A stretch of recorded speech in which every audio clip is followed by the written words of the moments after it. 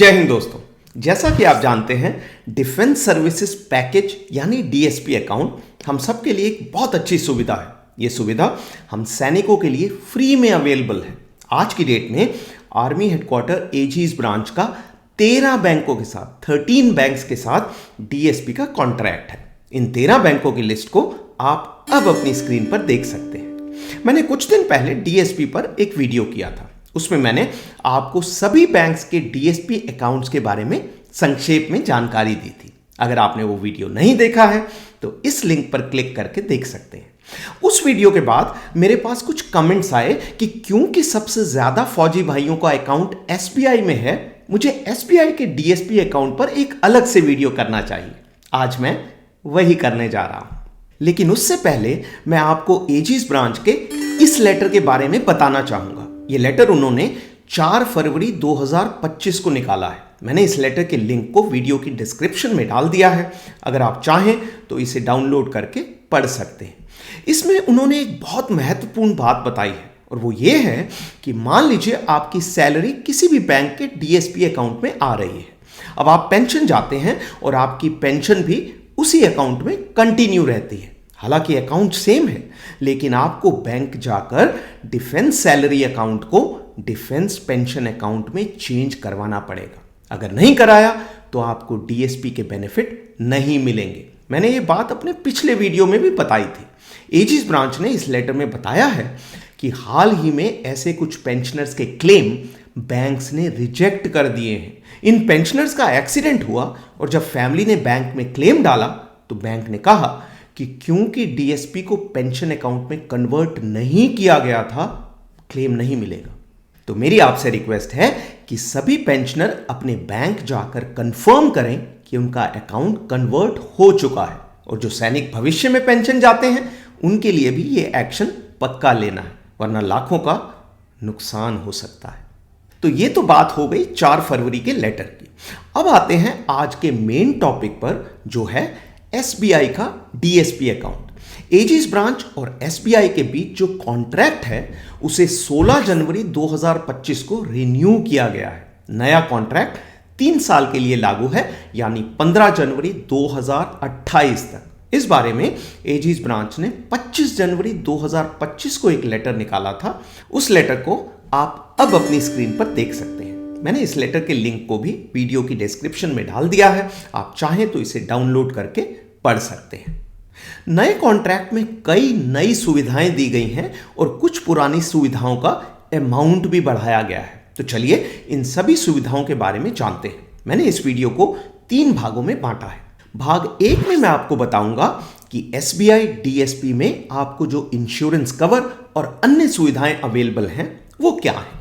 भाग 2 में बताऊंगा कि अगर आपको डीएसपी अकाउंट या क्लेम में कोई प्रॉब्लम आती है तो आप उसका समाधान कैसे कर सकते हैं। और भाग 3 में बताऊंगा कि डीएसपी अकाउंट के बेनिफिट्स के हकदार होने की 5 कंडीशंस क्या है।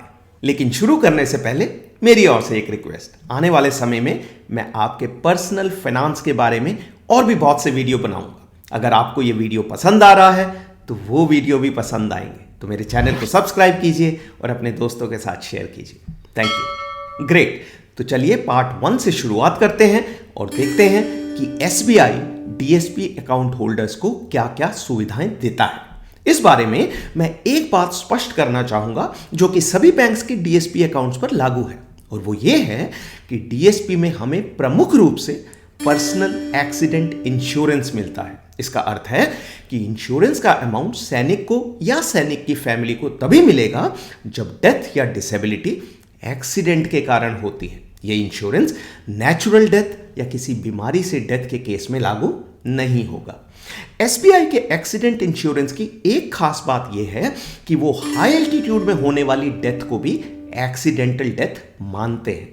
बहुत से बैंक्स में यह कवर अवेलेबल नहीं है, हालांकि एजीज ब्रांच बाकी बैंक से भी इस बारे में बात कर रहे हैं। बहरहाल अभी के लिए अगर आपकी यूनिट हाई एल्टीट्यूड में जाती है तो अच्छा होगा कि आपका डीएसपी अकाउंट एसबीआई में हो। तो चलिए अब देखते हैं एसबीआई डीएसपी अकाउंट होल्डर्स को मिलने वाले 8 बेनिफिट। और ये बेनिफिट इस प्रकार है। Number 1, personal accident death cover. जैसा कि नाम से स्पष्ट है, ये बेनिफिट सैनिक की फैमिली को मिलेगा अगर एक्सीडेंट में उसकी डेथ हो जाती है। और कितना अमाउंट मिलेगा? तो सर्विंग सैनिकों के केस में वो अमाउंट है 1 करोड़ रुपए और पेंशनर्स के केस में है 50 लाख रुपए। याद रखने वाली बात, एसबीआई ने इंडियन मिलिट्री एकेडमी और ऑफिसर्स ट्रेनिंग एकेडमी के जेंटलमैन कैडेट्स को भी वो सारे इंश्योरेंस कवर दिए हैं जो सर्विंग सैनिकों पर लागू हैं। तो अगर ट्रेनिंग के दौरान किसी कैडेट की एक्सीडेंट में डेथ हो जाती है तो उसकी फैमिली को भी 1 करोड़ रुपए मिल जाएंगे। तो ये था पहला बेनिफिट। अब आते हैं दूसरे बेनिफिट पर, जो है पर्सनल एक्सीडेंट डिसेबिलिटी कवर। जैसा कि नाम से स्पष्ट है, यह बेनिफिट सैनिक को मिलेगा अगर एक्सीडेंट में उसको ऐसी इंजरी हो जाती है जिसके कारण वो डिसेबल हो जाता है। डिसेबल होने का अर्थ है कि उसे एक्सीडेंट में ऐसी चोट लग गई जिसके कारण वो काम नहीं कर पाएगा जो वो एक्सीडेंट से पहले कर सकता था। और डिसेबिलिटी कवर में कितना अमाउंट मिलेगा? वो होगा मैक्सिमम 1 करोड़ रुपए तक। मैक्सिमम 1 करोड़ रुपए तक का अर्थ है कि 1 करोड़ रुपए तब मिलेंगे अगर सैनिक को 100% डिसेबिलिटी मिलती है। लेकिन अगर मेडिकल बोर्ड द्वारा दी गई डिसेबिलिटी 100% से कम है तो डिसेबिलिटी अमाउंट उसी प्रकार से कम हो जाएगा। जैसे अगर किसी सैनिक को एक्सीडेंट के बाद मेडिकल बोर्ड से 20% डिसेबिलिटी मिलती है तो उसे केवल 20 लाख रुपए 20 लाख रुपीस मिलेंगे। एसबीआई के डिसेबिलिटी कवर के बारे में एक महत्वपूर्ण बात यह है कि एसबीआई पेंशनर्स को यह कवर नहीं देता। बाकी सभी बैंक्स पेंशनर्स के लिए भी यह सुविधा देते हैं, लेकिन एसबीआई में किसी कारण से डिसेबिलिटी कवर उपलब्ध नहीं है। तो यह था दूसरा बेनिफिट। अब आते हैं तीसरे बेनिफिट पर, जो है एयर एक्सीडेंट इंश्योरेंस कवर। यह अमाउंट सैनिक की फैमिली को तब मिलेगा अगर एयर एक्सीडेंट में उसकी डेथ हो जाती है। इसका अमाउंट है 1.5 करोड़ रुपए। एसबीआई के एयर एक्सीडेंट इंश्योरेंस कवर के बारे में 3 याद रखने वाली बातें इस प्रकार है। नंबर 1, एयर एक्सीडेंट इंश्योरेंस भी केवल सर्विंग सैनिकों पर लागू है। यह सुविधा पेंशनर्स को उपलब्ध नहीं है। नंबर 2, एसबीआई का एयर एक्सीडेंट कवर तब भी लागू होगा जब सैनिक सर्विस एयरक्राफ्ट में यात्रा कर रहे हैं। सर्विस एयरक्राफ्ट का अर्थ है कि जैसे आप सियाचिन में पोस्टेड हैं और एयरफोर्स के हेलीकॉप्टर में यात्रा कर रहे हैं। ये सर्विस एयरक्राफ्ट के केस में इंश्योरेंस की सुविधा बहुत से बैंक्स के डीएसपी अकाउंट में उपलब्ध नहीं है, लेकिन एसबीआई में है। और नंबर 3, एसबीआई का एयर एक्सीडेंट कवर तभी लागू होगा अगर आपने एयरप्लेन का टिकट एसबीआई के क्रेडिट कार्ड या डेबिट कार्ड या नेट बैंकिंग के द्वारा खरीदा है। तो ये याद रखना है, अगर आप एयर इंश्योरेंस चाहते हैं तो आपको एयर टिकट एसबीआई के कार्ड या नेट बैंकिंग से ही खरीदनी है। सर्विंग सैनिक कभी कभी चार्टर्ड फ्लाइट से भी यात्रा करते हैं, जैसे दिल्ली और श्रीनगर के बीच जब आर्मी सैनिकों के लिए पूरा एयरप्लेन हायर करती है। इस केस में तो सैनिक टिकट नहीं खरीद रहे हैं, लेकिन इस फ्लाइट के लिए भी एसबीआई का एयर एक्सीडेंट इंश्योरेंस कवर लागू होगा। तो ये था तीसरा बेनिफिट। अब आते हैं चौथे बेनिफिट पर, जो है higher education cover.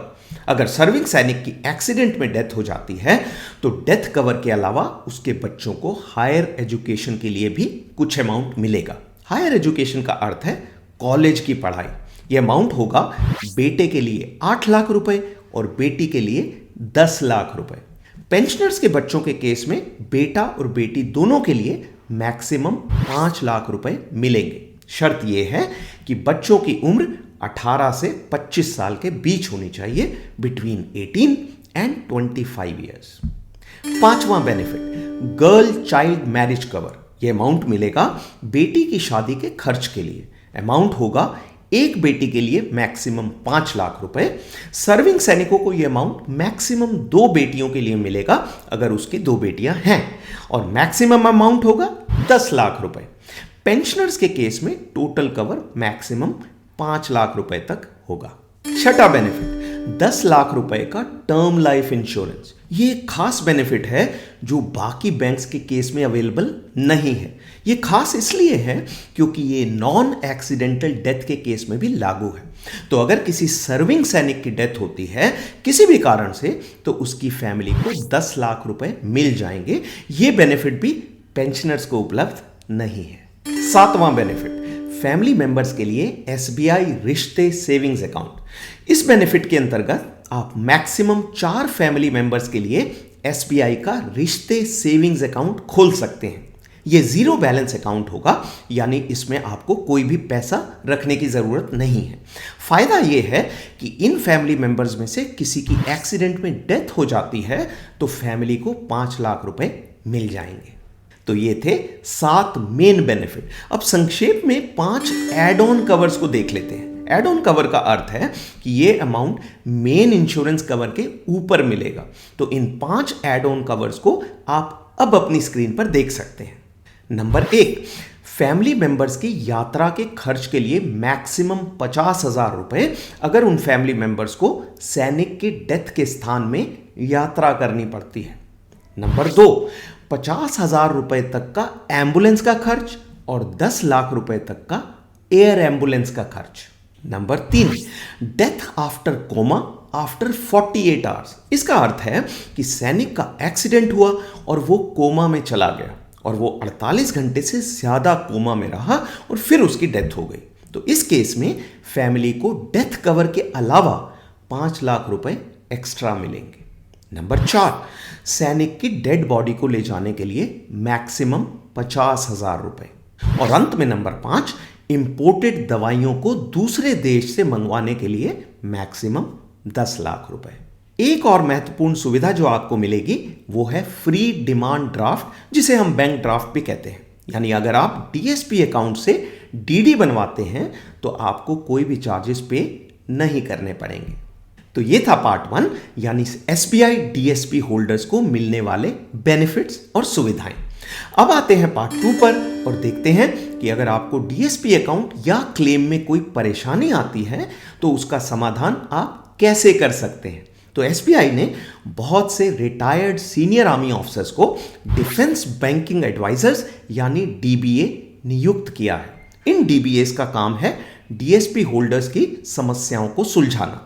All India level पर एक लेफ्टिनेंट जनरल को नियुक्त किया गया है जिसे कहा जाता है डिफेंस बैंकिंग एडवाइजर आर्मी, और उनके नीचे अलग अलग राज्यों में कई मेजर जनरल्स को नियुक्त किया गया है जिन्हें नाम दिया गया है सर्कल डिफेंस बैंकिंग एडवाइजर्स यानी सर्कल डीबीएस। इन डीबीएस के कॉन्टैक्ट डिटेल्स को आप अब अपनी स्क्रीन पर देख सकते हैं। आप चाहें तो इसका स्क्रीनशॉट लेकर अपने फोन में रख सकते हैं। अगर आपको कोई समस्या आती है तो इन्हें फोन कीजिए या ईमेल लिखिए और आपकी समस्या का हल निकाला जाएगा। इन नंबर्स के अलावा 25 जनवरी के लेटर में एजीज ब्रांच ने अपना भी एक मोबाइल हेल्पलाइन नंबर दिया है। इस नंबर को आप अब अपनी स्क्रीन पर देख सकते हैं। तो अगर बैंक आपकी नहीं सुनता तो आप इस नंबर पर भी कॉल कर सकते हैं। तो ये था पार्ट 2 और अब आते हैं पार्ट 3 पर और देखते हैं कि आप कब डीएसपी अकाउंट्स के बेनिफिट्स क्लेम करने के हकदार होंगे, यानी इन बेनिफिट्स को क्लेम करने की कंडीशंस क्या हैं। तो इन बेनिफिट्स को क्लेम करने के लिए 5 कंडीशंस हैं जो इस प्रकार है। नंबर 1, आपने इंश्योर करना है कि आपका अकाउंट डीएसपी अकाउंट है और आपकी सैलरी या पेंशन हर महीने उसी अकाउंट में आ रही है। नंबर 2, बेनिफिट्स के लिए जरूरी है कि डेथ या इंजरी एक्सीडेंट में हुई होनी चाहिए। अगर डेथ नेचुरल कारण से हुई है या सुइसाइड यानी आत्महत्या से तो ये बेनिफिट्स नहीं मिलेंगे। इसीलिए इस इंश्योरेंस का नाम है पर्सनल एक्सीडेंट इंश्योरेंस। नंबर 3, अगर एक्सीडेंट के समय सैनिक ने दारू पी हुई थी या ड्रग्स लिए हुए थे तो ये बेनिफिट्स नहीं मिलेंगे। नंबर 4, अगर सैनिक ने खुद को जानकर जख्मी किया है जिसके कारण वो डिसेबल हो गया है तो भी ये बेनिफिट्स नहीं मिलेंगे। और नंबर 5, अगर सैनिक की डेथ या इंजरी किसी अपराध के दौरान हुई है तो ये बेनिफिट्स ऑथराइज नहीं होंगे।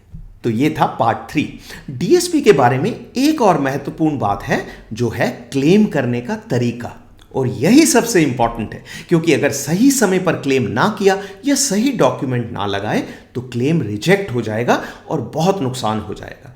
क्लेम करने के तरीके और क्लेम्स में जो अक्सर गलतियां होती हैं उन्हें मैंने डीएसपी पर पिछले वीडियो में कवर किया था। इस वीडियो में उन्हें दोबारा दोहराऊंगा नहीं। आप चाहें तो उस वीडियो को इस लिंक पर क्लिक करके देख सकते हैं। तो ये था आज का वीडियो। एंड करने से पहले 3 महत्वपूर्ण बातें फिर से दोहरा देता हूं। अगर आप बाकी का वीडियो भूल भी जाते हैं तो इस 1 मिनट में मैं जो बातें बता रहा हूं उन्हें आपको और आपकी फैमिली को हमेशा याद रखना है। ये बातें इस प्रकार हैं।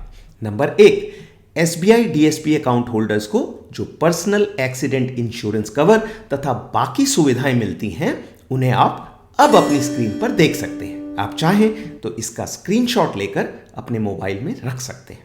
नंबर 2, एसबीआई हेल्पलाइन के लिए एसबीआई ने डीबीए यानी डिफेंस बैंकिंग एडवाइजर्स को नियुक्त किया है। उनके कॉन्टैक्ट डिटेल्स आप अब अपनी स्क्रीन पर देख सकते हैं। और अंत में नंबर 3, एसबीआई में सैनिक को एक्सीडेंट इंश्योरेंस के अलावा 10 लाख रुपए का टर्म लाइफ इंश्योरेंस भी मिलता है। यह सुविधा सिर्फ सर्विंग सैनिकों को उपलब्ध है। इसके अंतर्गत अगर सैनिक की डेथ हो जाती है एक्सीडेंट के अलावा किसी और कारण से, तो उसकी फैमिली को 10 लाख रुपए मिल जाएंगे। आज के लिए इतना ही। अगले वीडियो तक अपना ख्याल रखें और स्वस्थ रहें।